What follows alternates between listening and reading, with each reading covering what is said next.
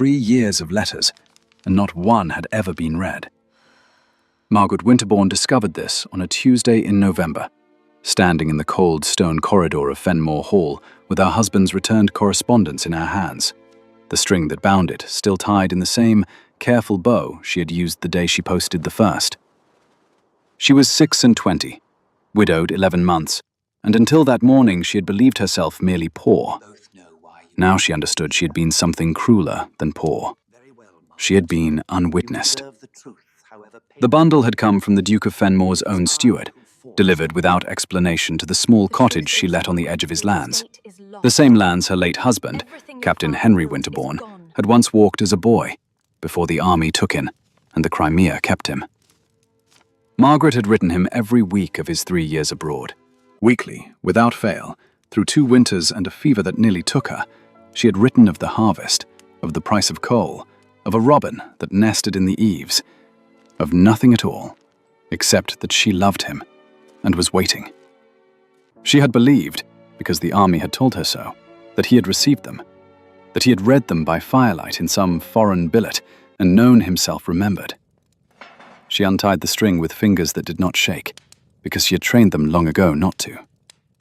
Every letter was sealed still, every one of them unopened. She had kept the ribbon from her wedding bonnet to bind the parcel string more securely when it arrived, a small vanity she could not afterward explain, except that some part of her had wanted the returned letters to look, at least, as though they mattered to somebody.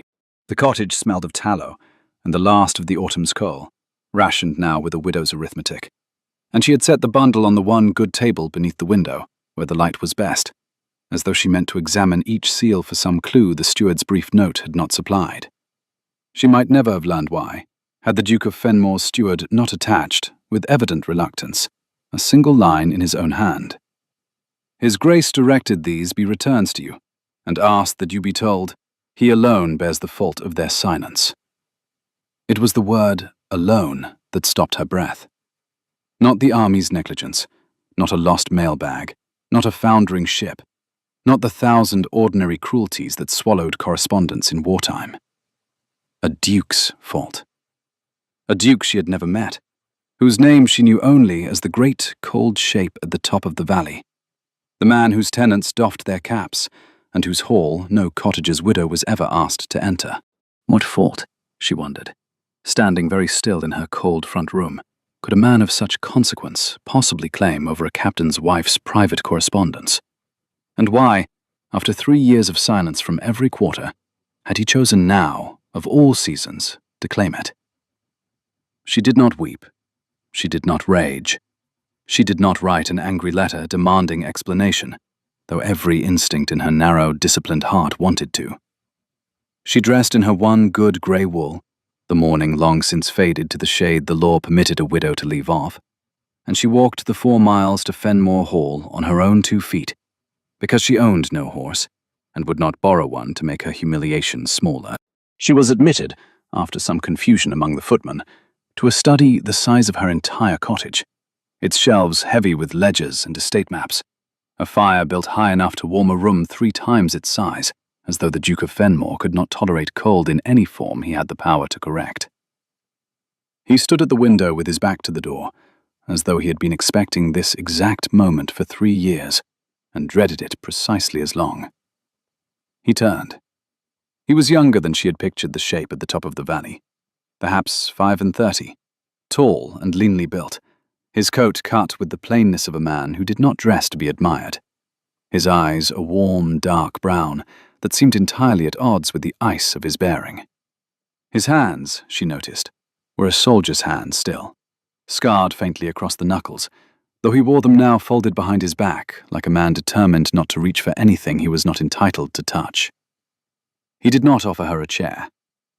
He did not offer an apology, either, not yet, though something in his face suggested he had rehearsed one and found it wanting. "Mrs. Winterbourne," he said, "I had hoped to write to you myself before the parcel arrived. I see I was too slow, as I was in every other particular concerning your husband." "You knew him," she said. It was not a question. She had understood that much from the steward's line alone. "I commanded him," the Duke said. For 11 months in the Crimea before I sold my commission and came home to bury my own wife. Henry Winterbourne served under me. He spoke of you constantly. I confiscated nothing from spite, Mrs. Winterbourne, whatever you may have concluded on your walk here. And I imagine you concluded a great deal.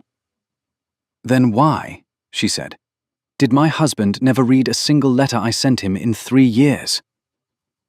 The Duke of Fenmore was silent long enough that she understood the answer would cost him something to give. Because I ordered the post held, he said. Every letter, every parcel, everything directed to any man under my command for the whole of a 6-week siege in which I believed, wrongly as it happened, but I believed it with my whole reason, that correspondence was being intercepted and used against us. A clerk in the mail office had been taken in communication with the enemy lines, and I could not say, with any certainty, which sacks he had touched and which he had not. I held the post. I told my officers it was a precaution of weeks only. I meant to release it after 6 weeks. I did not, because in the 7th week your husband was wounded, and in the 8th he was dead. And by then I had a trunk of undelivered letters belonging to dead men, and no honest way to explain why I had kept them from the living. You might have sent them after, she said, when the siege ended, when you came home yourself. I might have, he agreed, and did not look away from her as he said it, which she would come, in time, to understand was itself a kind of rare courage in him. I told myself the War Office would forward them properly, and did not confirm it. I told myself, later, but reopening the matter would only reopen a grief I had no right to disturb. Every excuse I made myself was reasonable, Mrs. Winterbourne, and every one of them was a coward's arithmetic, dressed as consideration for the widow. Margaret Winterbourne stood very still in the great cold study, and did not sit, though her legs had gone strange beneath her. You have had 3 years, she said, to explain it to me. I have had 3 years, he agreed, to be a coward about it. I did not know, until my steward found the trunk in a Portsmouth warehouse last month, going through the effects of the regiment's dissolved quartermaster stores, that they had never even been forwarded home. I've spent 30 days deciding whether to burn them and let you believe the war took them, or bring them to you and let you hate me instead. I chose the second. I judged you deserved the truth more than I deserved your good opinion. It was, she would later understand, the first wholly honest sentence a powerful man had ever said to her. She asked him, then, the question she had walked 4 miles turning over. Did you read them? No, he said, and something in his controlled face cracked very slightly, like ice under a first true thaw. I had that much decency left. They are sealed as you sent them. I have kept them in a locked case in this house for 3 years, rather than either destroy them or open what was never addressed to me. I did not know what else to do with another man's private grief. I am not certain I know now. She should have left. She told herself so for a week afterward, in the small cottage with the coal running low, and the returned letters stacked on her one good table like a reproach she had not earned and could not set down.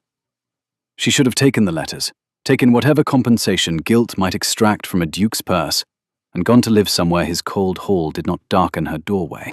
Instead, she found herself, 8 days later, standing again at the gates of Fenmore, because the Duke had sent word through his steward that he wished to discuss what he termed the matter of provision, and because Margaret Winterbourne, whatever else the war had taken from her, had not lost her ledger-clear understanding that a widow with £11 a year and a duke's guilt owed to her could not afford false pride.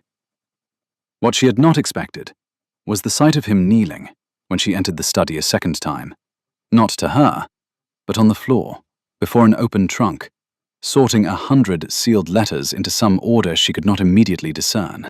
I am attempting, he said, without looking up, to arrange them by date, so that when you are ready to read them, you might read them as he would have, in the order you sent them. I thought... He stopped. I am not certain it is my place to have thought anything at all about it. No, she agreed. It is not. He looked up at that, and there was something in his face that was not quite a smile, and not quite the exacting coldness she had been told by every tenant on his lands defined him entirely. "And yet you have not told me to stop." She had not. She did not examine that day why. The provision he proposed was generous to the point of insult.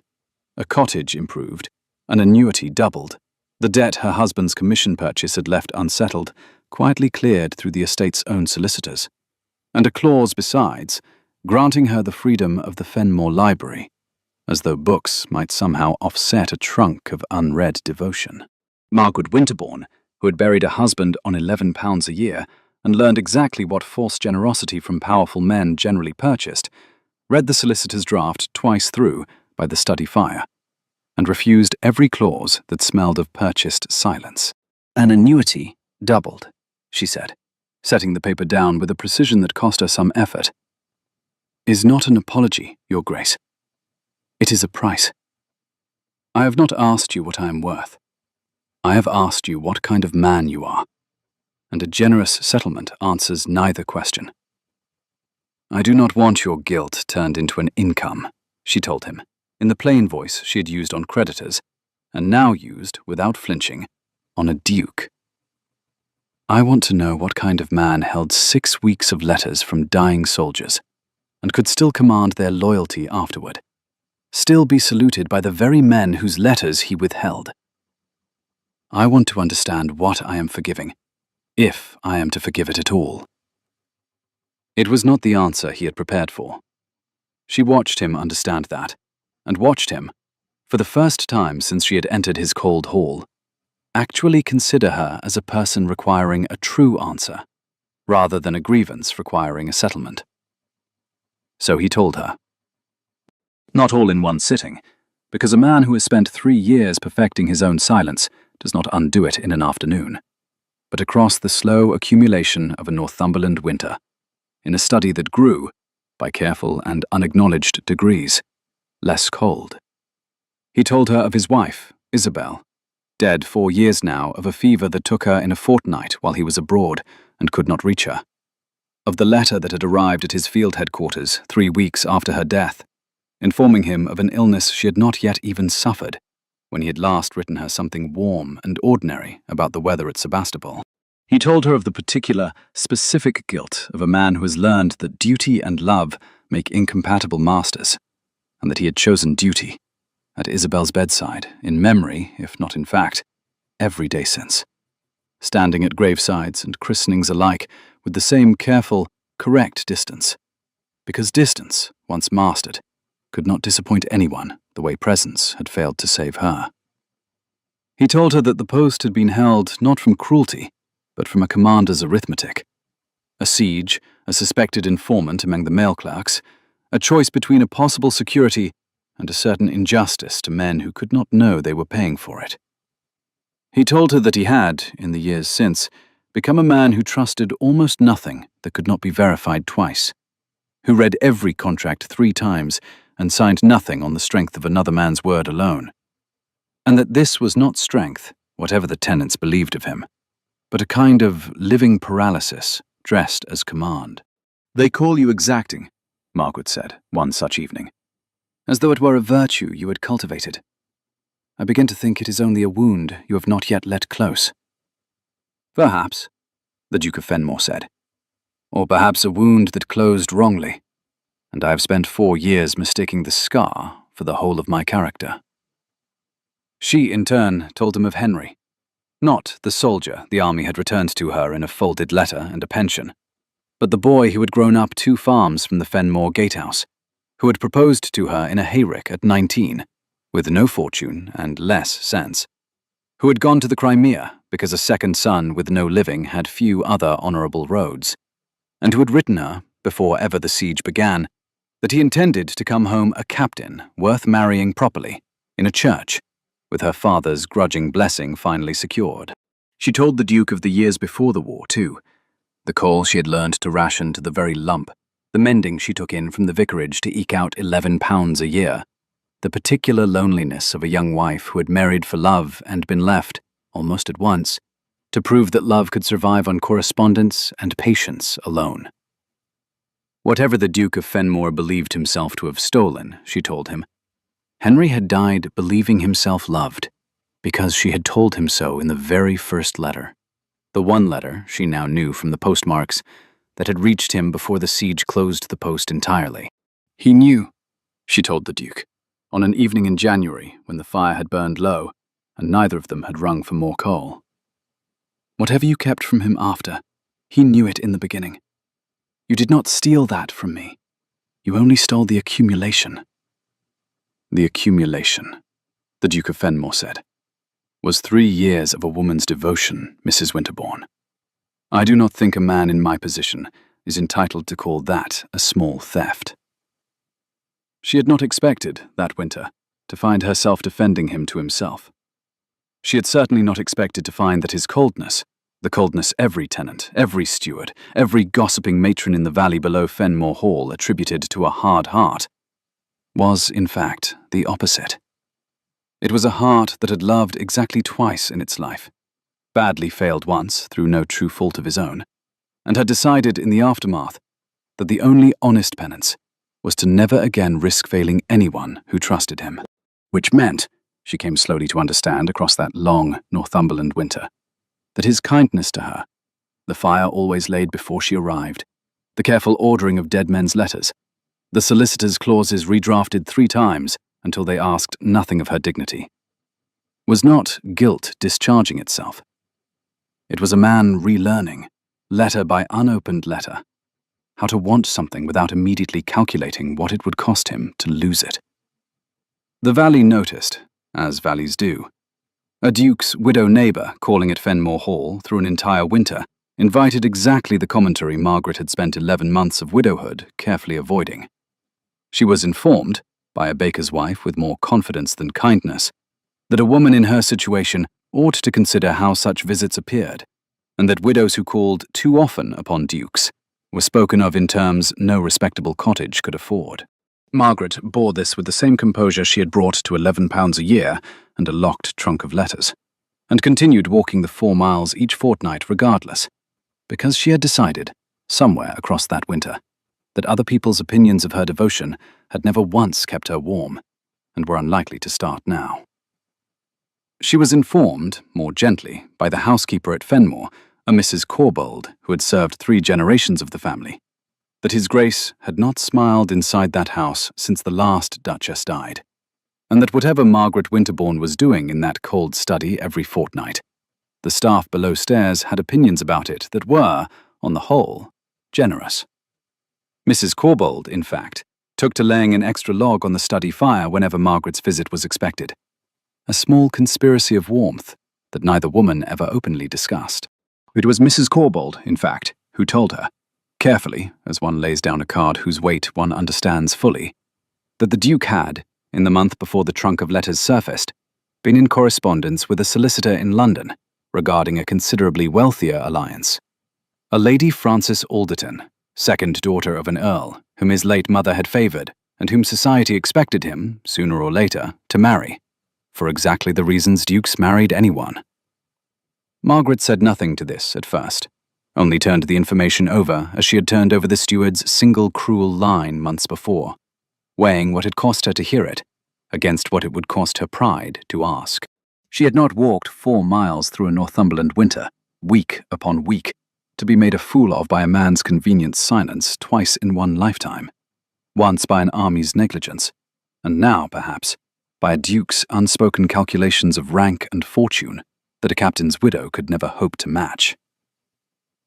She asked him directly, the following week, whether His Grace intended to continue his correspondence with the lady in question, and watched him understand, in the particular stillness that came over his face, that she had heard of it, and that he would either answer her honestly or lose in that instant everything the winter had slowly built. I have written to end it, he said. 3 days before the letters, before you first walked those 4 miles to this house. I did not tell you because I did not wish you to think my honesty toward you was purchased with a convenient alliance I was already abandoning for reasons that had nothing to do with you. And did it, she asked, have nothing to do with me? No, the Duke of Fenmore said. It had everything to do with you. and I am ashamed of how long it took me to admit it, to you or to myself. The matter did not end so simply as a letter written and a lady set aside. Lady Frances Alderton's brother, Viscount Alderton, a man with considerably more pride than patience, arriving at Fenmore Hall within the fortnight to inquire, with the particular civility that masks a threat, whether His Grace intended to make a public spectacle of jilting an earl's daughter for a captain's penniless widow. He had heard, he said, standing in the very study where the trunk still sat between duke and widow, like an unspoken third party to every conversation, that Mrs. Winterbourne called at the hall with a regularity the Valley found remarkable, and he trusted His Grace understood what such regularity implied to anyone who valued a lady's reputation over a passing fancy. "I understand precisely what it implies," the Duke of Fenmore said, in the low, controlled voice Margaret had come to recognize as the one he used when he most wished to raise it. "It implies that Mrs. Winterbourne has walked 4 miles through a Northumberland winter a dozen times over to receive an honesty from me that I owed her husband and delayed 3 years in the giving. If the Valley wishes to make a scandal of a duke's belated decency, the Valley is welcome to try, and I will meet every word of it in whatever forum the Viscount prefers." Viscount Alderton left Fenmore Hall that same afternoon, considerably less civil than he had arrived, and word of the exchange reached the Valley within days, as such things do, embroidered variously by whoever repeated it. Margaret heard 3 separate versions before the week was out. In one, the Duke had struck the Viscount. In another, he had wept. In the truest version, which she had from Mrs. Corbould, who had it from the second footman who had listened at the door, he had simply stood very still and said his piece without raising his voice at all, which the footman reported as somehow more alarming to witness than any shouting could have been. It was this, more than the letters, more than the winter of careful fires and unopened trunks, that finally settled something in Margaret Winterbourne that had remained unsettled since the day she first walked those 4 miles in her one good grey wool. A man who would risk an earl's enmity and a season's gossip, rather than let a widow's dignity be questioned in his own house, was not, whatever guilt had first driven him to return the letters, merely discharging a debt. He was declaring, in the only language a man of his particular armoured reticence had ever fully trusted, an intention he had not yet found the courage to speak aloud to her directly. It was, by then, February, and the letters, the whole trunk of them, 112 sealed testimonies of a young wife's ordinary, extraordinary devotion, remained unopened, because Margaret Winterbourne had discovered, somewhere across that long winter, that she was no longer entirely certain she wished to open them at all.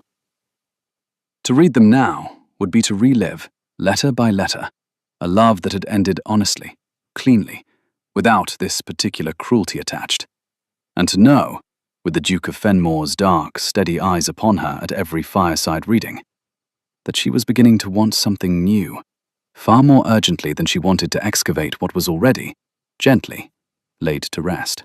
She told him this on the last evening of February, with the trunk between them on the study floor, exactly as it had lain the day she first returned. "I do not think I will read them," she said. "Not because I have stopped loving him, because I have finished grieving him. And I did that without your trunk's help, in 11 months of £11 a year and a cold cottage, long before you or your steward ever found it. What I want from you now is not an accounting of what you owe my husband's memory. I have settled that account myself. I want to know what you intend to do about what stands here in this room, between the two of us, that has nothing to do with Henry Winterbourne at all."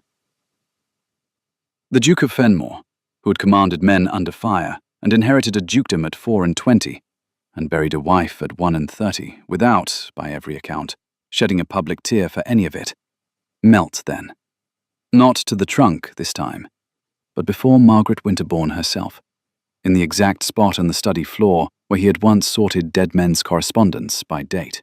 "I intend," he said, "to spend considerably longer earning you than I spent failing your husband. I make no contract of convenience, Mrs. Winterbourne, and no promise I have not already tested against my own worst instincts across an entire winter of watching you refuse every easy thing I offered you.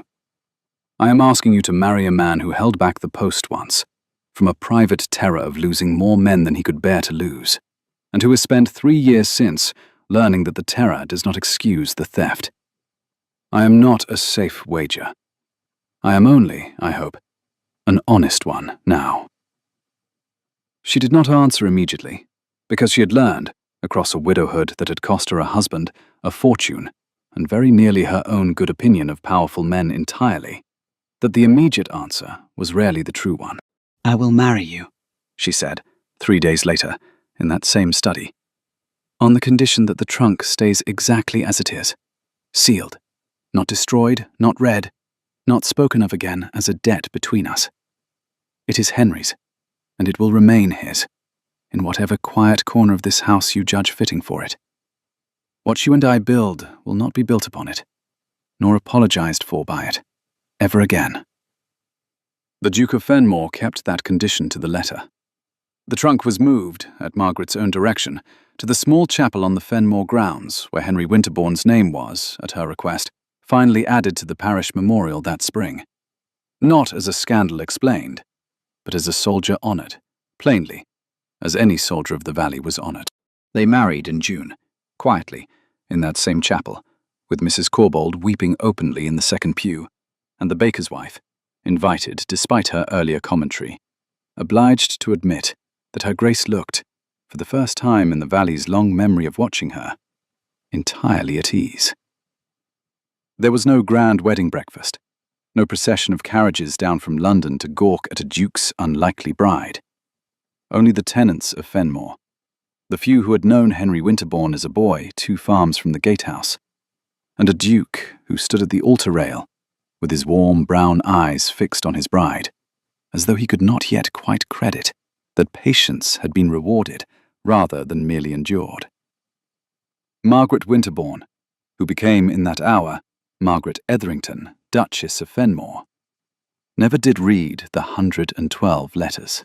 She told her husband, years later, when their eldest daughter found the sealed trunk in the chapel vestry and asked what it contained, that some devotions are meant to be delivered, not reread.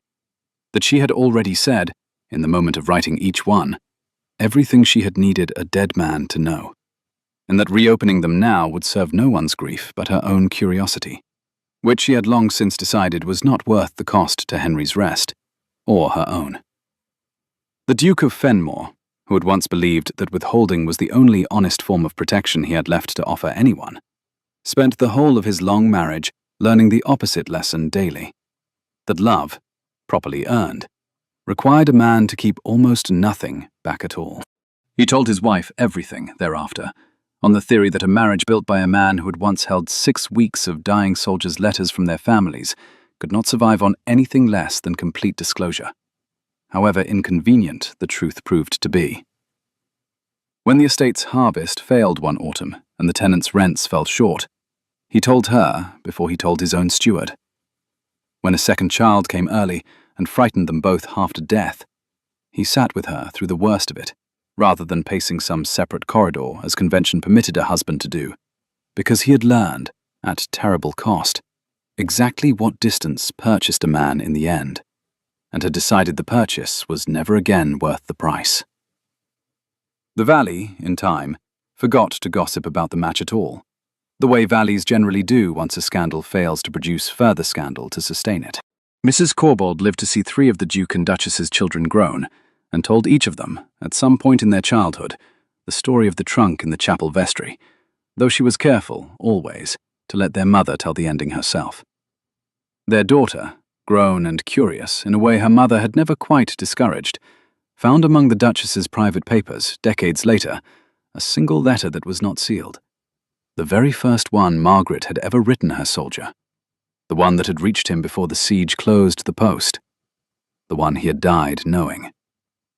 It read simply that she loved him, that she was waiting, and that whatever came of the war, he was to know himself remembered by at least one heart in Northumberland, for as long as that heart continued beating.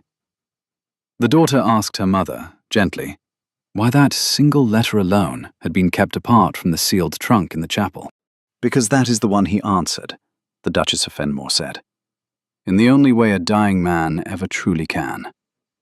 He came home to me once, in memory, before the fever took the last of him at Scutari, and told the surgeon attending him that his wife had written she was waiting, and that he meant, God willing, to make her wait no longer than the war required. The surgeon wrote it down in a letter of his own and sent it to me after.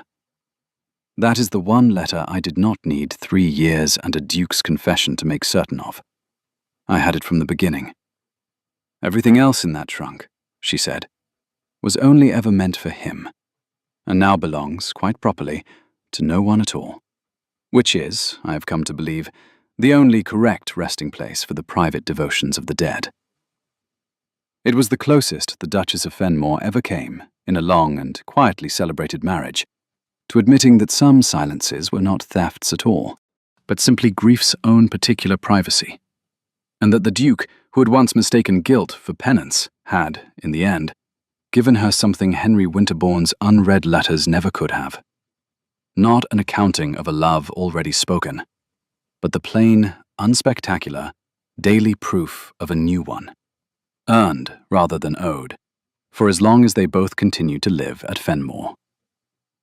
The chapel vestry still held the trunk, decades on, its lock rusted shut by then from disuse, the ribbon long faded past any colour a bonnet had ever worn.